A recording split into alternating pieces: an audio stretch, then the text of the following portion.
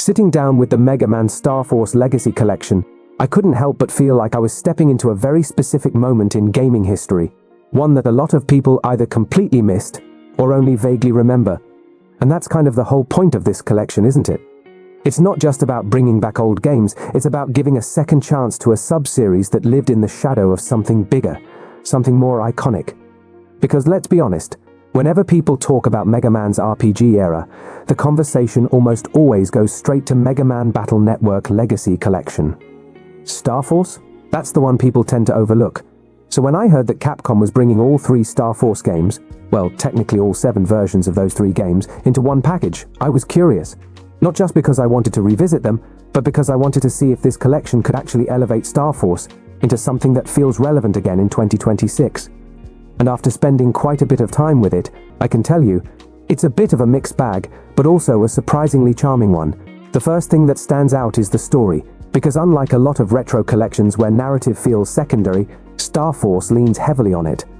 You follow Geo Stellar, a kid dealing with the disappearance of his father, who ends up bonding with an extraterrestrial being known as Omega Zis, or Mega, as it prefers to be called. And just like that, you've got your setup, a fusion of human and alien, transforming into Mega Man and diving into a digital meets astral world filled with threats, mysteries, and emotional baggage. Now, I'm not going to pretend this is some groundbreaking narrative by today's standards. In fact, there are moments where it feels very early 2000s. The dialogue can be a bit on the nose, the emotional beats sometimes lean into predictable territory, and there were definitely a few times where I caught myself rolling my eyes. But at the same time, there's something undeniably sincere about it. It's a coming-of-age story stretched across 3 games, and while it might not always land perfectly, it has heart. And that counts for a lot. What makes this collection interesting, though, is how it presents those 3 games. Because it's not just one version of each, you're getting multiple versions, each with slight variations in cards and content. For longtime fans, that's a big deal. If you had a favorite version back in the day, chances are it's here. But if you're expecting wildly different experiences between versions, you're going to be disappointed. The differences are subtle, and unless you're really paying attention, they can blur together. Still, having everything in one place is convenient, and it does give the collection a sense of completeness. It feels like a proper archive of the Star Force era, which is exactly what a legacy collection should aim for. Then you get into the gameplay, and this is where things start to get a little complicated. On paper, the battle system is still as unique as ever. Grid-based combat where positioning, timing, and card selection all play a role. Compared to Battle Network, it's faster and more streamlined, which makes it easier to jump into. The deck building is simplified, the flow of combat is smoother, and there's an immediacy to it that feels good at first. But the longer you play, the more you start to notice the cracks. Battles can feel repetitive, especially in the early stages. There's only so much you can do with the grid system before it starts to feel like you're going through the motions. Yes, the second and third games improve things, adding more variety and complexity, but even then, it doesn't fully escape that sense of repetition. And then there's the pacing quirks. In the first 2 games, you have to locate specific wave points before you can even enter the FM world and start playing as Mega Man. It might not sound like a big deal, but when you're doing it over and over again, it becomes tedious. Thankfully, the 3rd game addresses this, smoothing out the experience and making progression feel more natural. It's one of those moments where you can clearly see the evolution of the series, and it makes you wish the earlier entries had benefited from the same improvements. That said, the collection does try to modernize things with a range of quality-of-life features. Autosaving is here, which is always appreciated, and the ability to adjust game speed is a nice touch.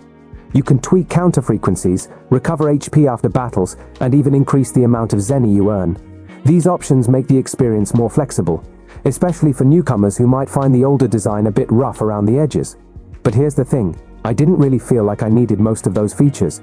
The games aren't particularly difficult, and the combat, while fun, doesn't demand a high level of mastery. So while the options are nice to have, they don't fundamentally change the experience, they just make it a bit more convenient. One feature I did appreciate, though, was the ability to move the camera around in the overworld.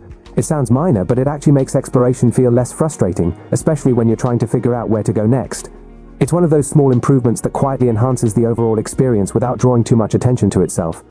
Visually, the collection does exactly what you'd expect. These are faithful recreations of the original DS games, with clean menus, readable text, and a presentation that respects the source material. But playing them on modern hardware, like the PlayStation 5, does come with its own quirks. The dual-screen setup from the DS has been adapted for a single screen, and while there are customization options, it can still feel a bit awkward. I found myself sitting closer to the screen just to make out certain details, which isn't ideal. It's not a deal breaker, but it does remind you that these games were originally designed for a very different kind of hardware. And while the transition is handled competently, it's not seamless. The extras included in the collection are a bit of a mixed bag as well. There's a decent amount of artwork, music tracks, and battle card archives, which are nice for fans who want to dive deeper into the lore. But if you're someone who just wants to play the games, you probably won't spend much time here. They're well presented, but not particularly exciting, unless you're already invested in the series. Performance-wise, things are solid. Load times are quick, gameplay is smooth, and there are no major technical issues holding things back. However, I did run into a frustrating problem more than once, getting stuck in dialogue boxes that wouldn't progress. The only solution was to restart the game and sit through the same conversations again, which quickly became annoying. It's not constant, but it happens often enough to be worth mentioning. And then there's the question that always comes up with collections like this: who is this actually for? Because the answer isn't as straightforward as you might think. If you're a long-time Mega Man fan, especially someone who already has an attachment to the Star Force series, this is an easy recommendation. It's a comprehensive package that preserves these games and makes them accessible on modern platforms. There's value in that alone. But if you're coming in fresh, or if your only experience with Mega Man comes from other parts of the franchise, it's a tougher sell. The nostalgia factor isn't going to hit the same, and the gameplay, while still enjoyable, might not be enough to keep you fully engaged from start to finish. There were definitely moments where I found my attention drifting, especially during longer play sessions. That doesn't mean it's a bad collection. It's not. There's a lot to like here, from the charming story to the unique combat system and the thoughtful quality of life improvements. But it also feels like a product of its time, and not all of those elements have aged gracefully. At the same time, I can see this being a great entry point for younger players. The simplicity of the combat, the straightforward progression, and the colorful world make it accessible in a way that more complex modern games sometimes aren't. It's easy to pick up, easy to understand, and easy to enjoy in short bursts. So where does that leave us? Honestly, somewhere in the middle. This is a collection that knows exactly what it is. It's not trying to reinvent the wheel or modernize these games beyond recognition. It's preserving them, polishing them just enough to make them playable today, and presenting them as a complete package. And in that sense, it succeeds. But whether or not it's worth the price depends entirely on what you're looking for. If you're chasing nostalgia or completing your Mega Man collection, you'll probably be happy with what's here. If you're looking for something that feels fresh and exciting from start to finish, you might want to wait for a sale. Either way, it's interesting to see Star Force get this kind of spotlight again. It might not steal the show like Battle Network did, but it finally gets the recognition it deserves, and sometimes that's enough. And if you've made it this far and enjoyed this deep dive into Mega Man Star Force Legacy Collection, make sure to subscribe to our channel for more reviews, insights, and gaming content. Don't forget to check out our Patreon for premium content and exclusive features, and head over to our website to stay updated with everything you need to know about the latest games, news, and reviews.